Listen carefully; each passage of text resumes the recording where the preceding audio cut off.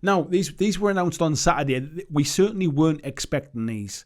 And these are the Allegiance books. So there is basically one for Order, there's one for Chaos, one for Destruction, one for Death. The 4 different factions within AOS.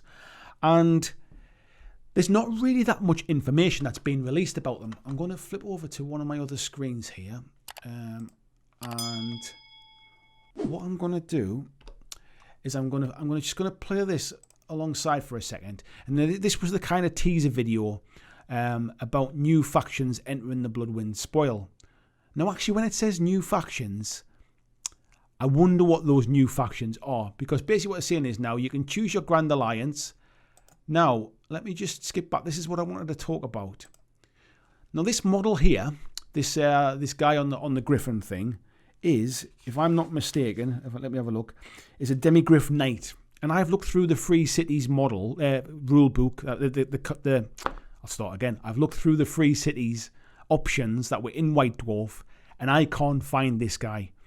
So my assumption is he's going to be an additional kind of character, if you like, in the Order Allegiance book. If I play it a little bit further, we've then got these couple of models. Again, the elf there on the left-hand side is a Sister of the Watch. Again, they're not. I can't find them in the Free Cities. They're part of the Free Cities models.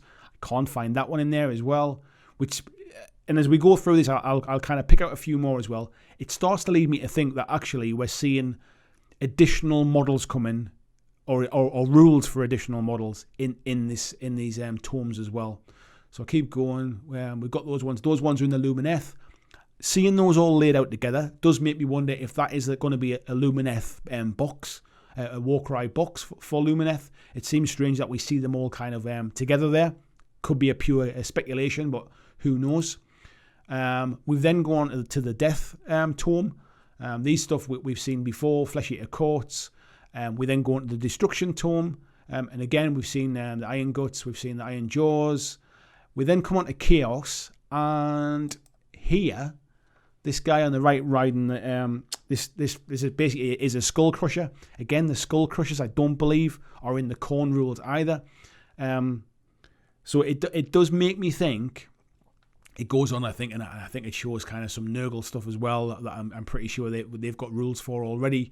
But there's going to be a book for each Grand Alliance. So if I go back to these ones, and from what I read, if I can, it says that each book takes a deep dive into Death, Destruction, Chaos, and Order, including background tables, lore, and loads more. If you've been waiting for your favourite Warhammer Age of Sigmar army to be fully represented in Warcry, these books are for you. Now, it's the bit that says fully represented. Now, I can read that kind of two ways. One, the first way I read that was, does this mean that they are going to have all of the available options in AOS available in Warcry, which would potentially justify having 4 separate books? Because if all they're doing is just reprinting the available cards and instead of amalgamating them into a Tome of Champions 2020, instead of putting them into one of these, they've split it across 4 books, then that's a bit of a cash grab, and I'm not overly happy with that. But if what they're actually doing is then making, let's say, 90% of models from AOS available for use in Warcry, that could be a very interesting kind of change.